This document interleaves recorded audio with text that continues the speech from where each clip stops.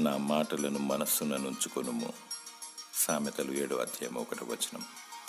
దేవుని మాటలు వాక్యము మనలను బ్రతికిస్తుంది. పంచభూతములు లయమైపోతాయి, కానీ దేవుని వాక్యం నిత్యము నిల్చును. వాక్యమను నామము గలవాడు ప్రభువైన యేసుక్రీస్తు. ఆయన సృష్టికర్త, రక్షణకర్త, సమాధానకర్త, సమాధానాధిపతి. సర్వోన్నతమైన స్థలములలో దేవునికి మహిమ, ఆయనకిష్టులైన ప్రజలకు భూమి మీద సమాధానము కలుగునుగాక. దేవుని మాటల వలన విశ్వాసం కలుగుతుంది. విశ్వాసం ద్వారా అనేక అద్భుతాలు సవి చూడగలము.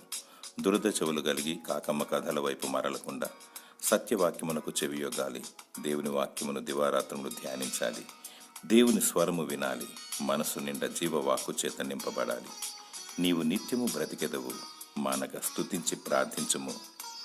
దేవుడు నిన్ను, నీ కుటుంబాన్ని దీవించి నిన్ను వర్ధిల్ల చేయునుగాక. ఆమేన్.